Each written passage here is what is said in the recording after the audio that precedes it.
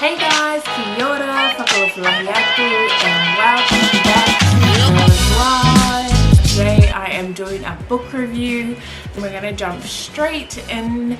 So the book that I am reviewing today is The Subtle Art of Not Giving a Fuck by Mark Manson. Now you're probably thinking, Leash, that book came out years ago, you were so old.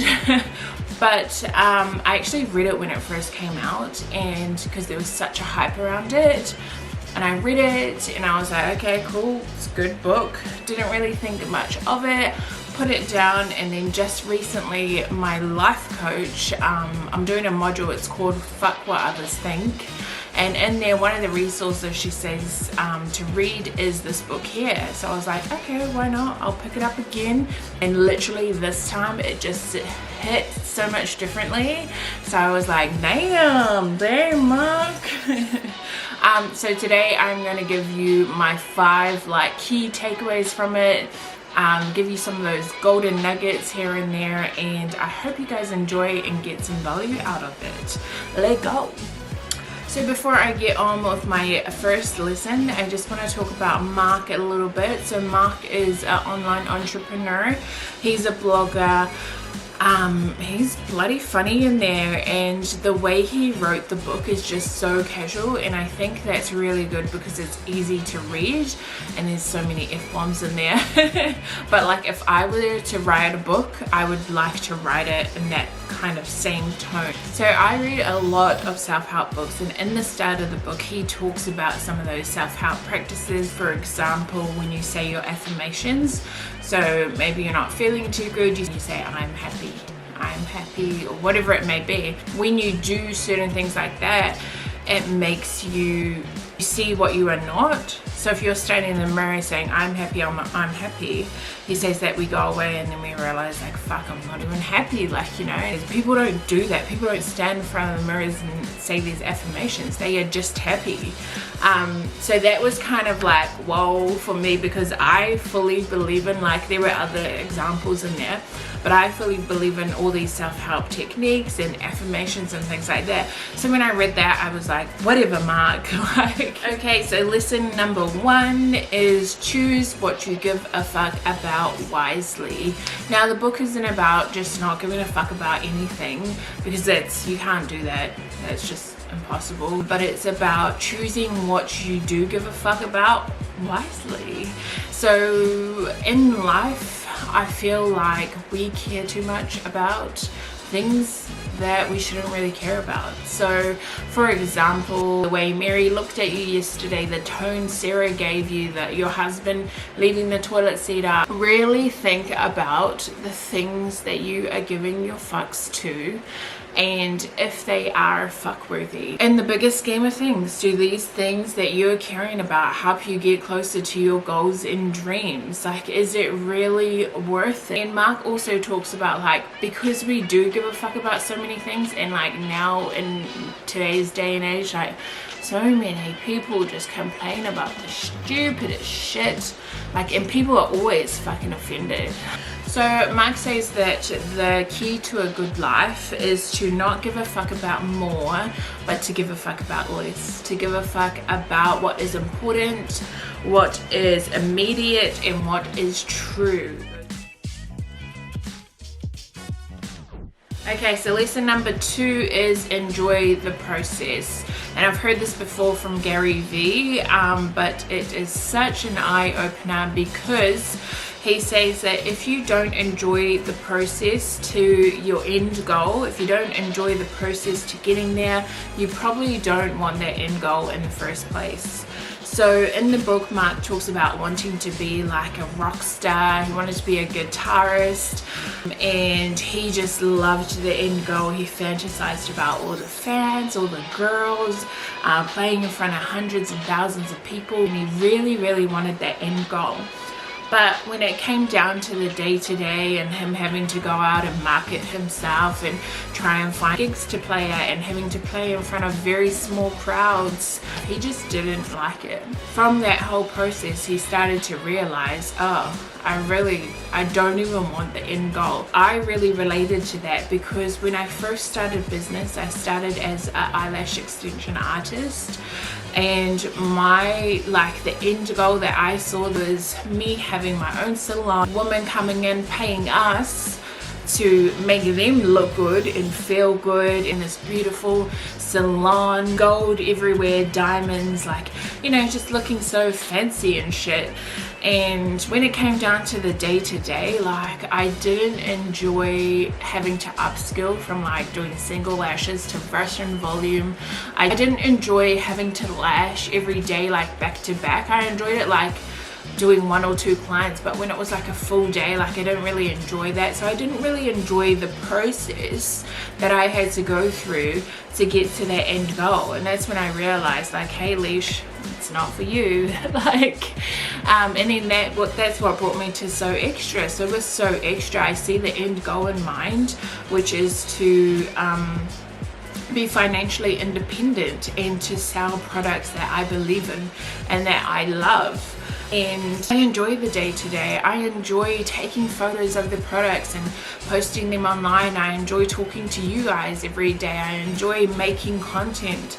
I enjoy packaging every pair of sunglasses and every piece of jewelry. I enjoy that day-to-day to get to that end goal. So much talking.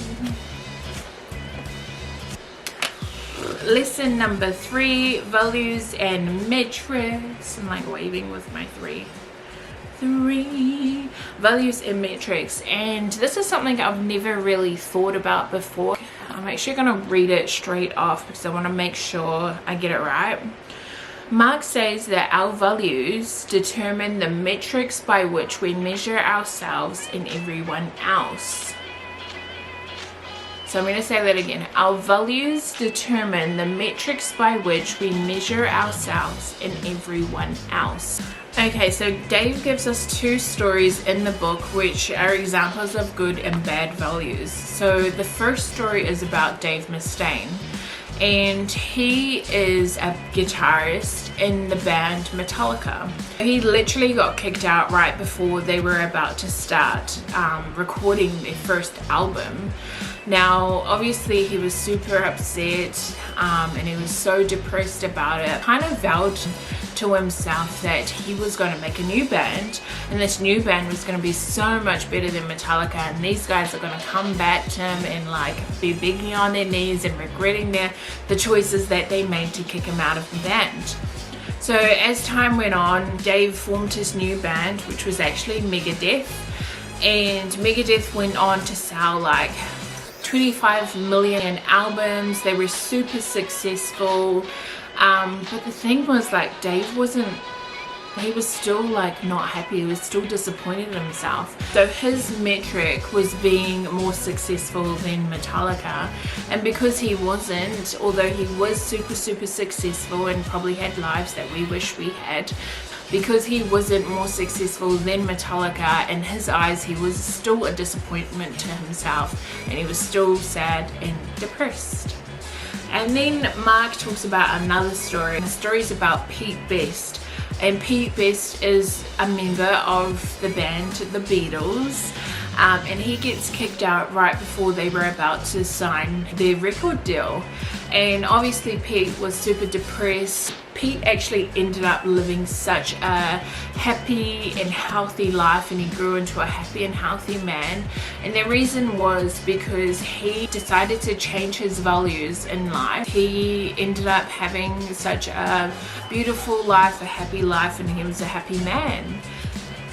Okay, so lesson number 4 is take responsibility, and I feel like this is super crucial in life, because if you can take responsibility of the way your life is, whether you did it to yourself or somebody else put you in that situation, if you take responsibility, you start to see that you are in control of what your next move is and where you are going from here. We are all responsible for our problems being a powerful or a painful experience. Excusez-moi. When you take responsibility for your life and your happiness, that's the first step to solving all your problems. So nobody is ever responsible for your unhappiness but you. Many people may be to blame for your unhappiness, but nobody's responsible for your unhappiness but you. So for example, when I lost my job at Qantas, there were so many like different things that were going on. There were other people involved, and it was so easy for me to just blame everything on everyone else, and like, you're the reason why this had happened, and you're the reason why I lost my job. But when I took it back and I took responsibility for what had happened and what I did, and for my unhappiness, what has happened is my fault because it happened to me, and I'm responsible for that, and I did all the things that made me get fired from this job. Once I took responsibility, it opened my eyes out to see what I can do next. And I mean, it's so much easier to just take responsibility, to see what your next move was, which was mine was moving to Melbourne, getting another job as a flight attendant, and starting So Extra and doing what I'm doing now. But you can also see it in another light, like, oh, it's their fault, it's their fault, it's their fault, it's their fault, I'm so miserable, I'm not going to do anything with my life now, I'm not going to try and apply for my dream job as a flight attendant again, because I was so hurt and I went through so much pain the last time, and it was all their fault, and I'm so unhappy.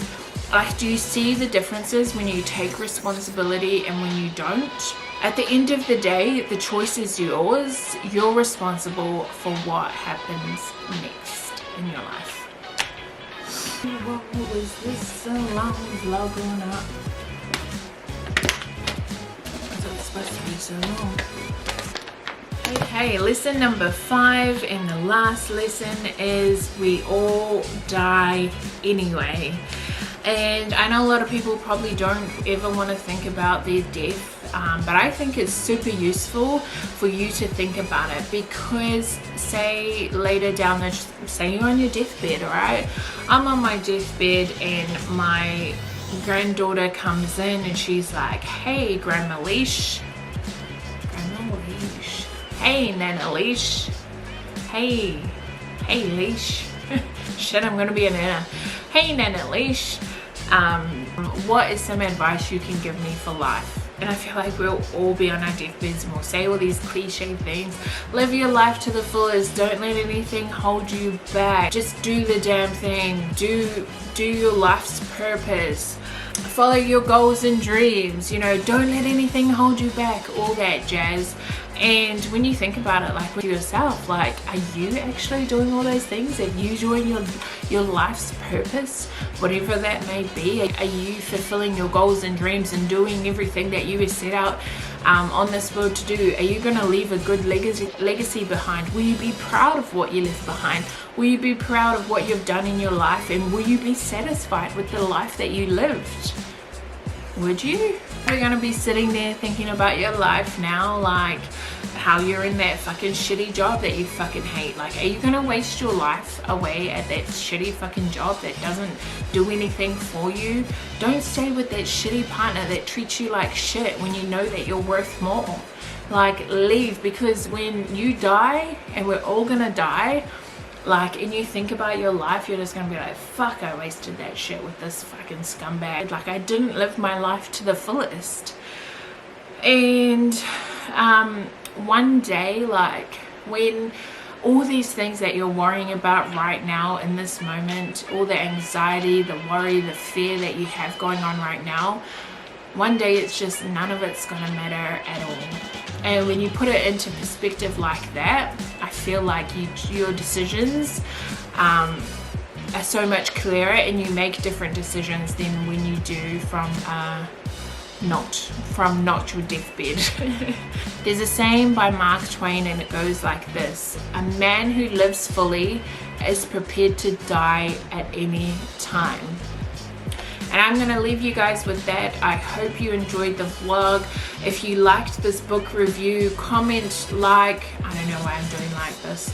Comment what your comment what your favorite lesson was, or your eye-opener was.